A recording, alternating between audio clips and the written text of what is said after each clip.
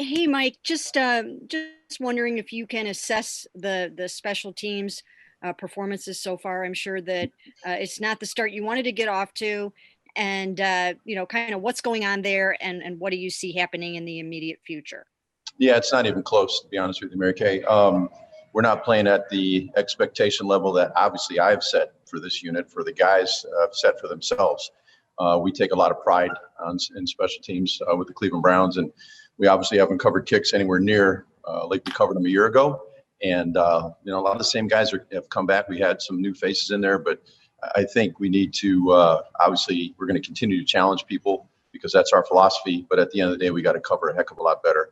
Obviously, the first game was a terrible game. I'm glad I didn't talk to you guys after that game. It was not a lot of fun.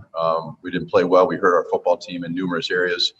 We played a little bit better against Cincinnati, but still didn't cover kickoffs very well. So we have our challenges, but like anything else, like I've always been had the philosophy that you just go back to work. You keep working. You get the guys that you have, get them better. They've had a great attitude. They've had a good week of practice thus far this week, and we plan on getting after Washington. And although they're very good, we plan on having our best game, obviously, this season so far. Thanks a lot, Mike. Thank you, Mary Kay. Our next question will go to Scott Petrick. Hey, Mike, along those lines, like what problems have you identified in the kick coverage? We haven't covered kickoffs with the same speed and tenacity that we did with a year ago.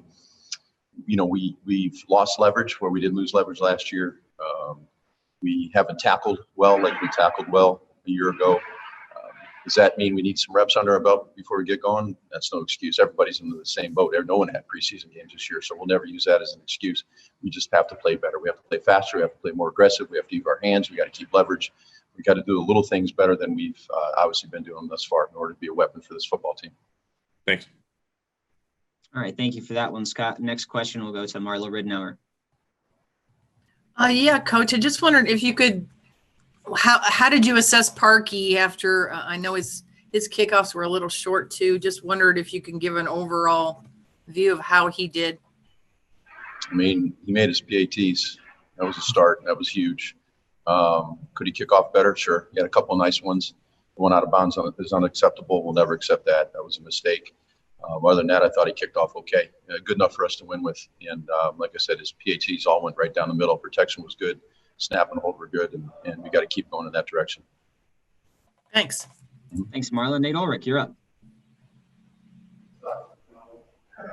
Coach, related question, just how disappointing was it to have that kicking change so early in the season, and what is your confidence level that Parkey can stabilize it?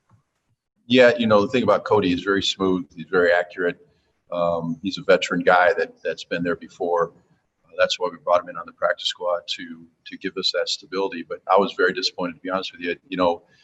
We had to make the change. It was a change that was necessary because it was more mental than anything with Austin. I think Austin's still an NFL kicker. I think he'll kick in this league for a long time if he can get the mental part of it figured out because he's very, very talented. And, Coach, you have Matt McCrane now there. What can you tell us about him and why he was the guy you guys selected to be on the I had studied Matt coming out of Kansas State, like we do all these young, talented kickers. And he's somebody that we were interested in Minnesota to bring in as a college free agent. And, so I've always kept in contact with him and had interest in him. The big thing is that he did a great job in the XFL. I think he was 10 for 10 in his field goals. He kicked off well. He was very successful there. He's like Cody in that he's very smooth. He's very accurate. Needs to get a little bit stronger as he gets older here with his kickoffs especially. But he's a guy that can help us if we ever needed him to. Dan Lobby, your line's open. Hey, Coach. We've seen that you guys have kicked it. Instead of kicking out of the end zone, you're kind of kicking it short. Is that a strategy decision to try and cover those kicks? And kind of how do you balance deciding whether you want to kick it out of the back of the end zone or try and cover?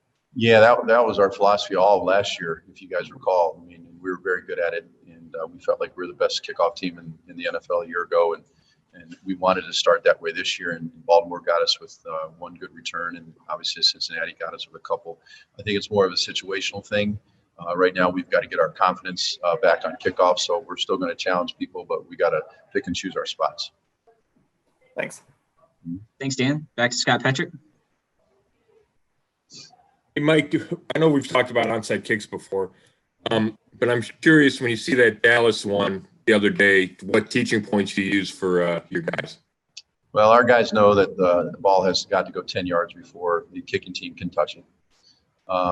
They also know that the kicking team cannot block unless the ball is going 10 yards, or if the hands team comes up and blocks them first. So the big coaching point today, we're doing hands team today, was if that ball is spinning right, it's an easy one just to fall on it.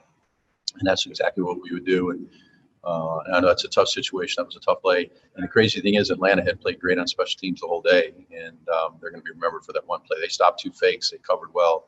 They did, they forced penalties, and unfortunately they, gave up that play at the end that really hurt them. But that, for us, our philosophy would be to get on that ball quickly. If we think it's going to go 10 while we're still protected within that 10-yard window, we got to get on the ball. Thanks. Back to Marla Ridnour. You were such a fan of Natson when he was on another team. How is he done, and what does he have to work on? Well, we haven't been challenged with our kickoff return. Everybody's kicked touchbacks, as you guys have seen the first 2 games. Because he is dangerous, and I don't blame teams for doing that. That's what we did against him last year when he was with LA. He'll be ready. The good thing about JoJo, he's making good decisions. He wants to make a play. He understands his importance to this football team as our return man. But he's making good decisions back there, which I'm really pleased with thus far. Punt return, he had a nice 13-yarder against Cincinnati, gave us great field position, and we scored 3-4 plays later. So we helped set up a score there, and that's got to be our philosophy: score, set up a score, and obviously the number one thing for both return units is ball possession. We haven't had the great opportunities yet, but hopefully we'll get some coming up this weekend.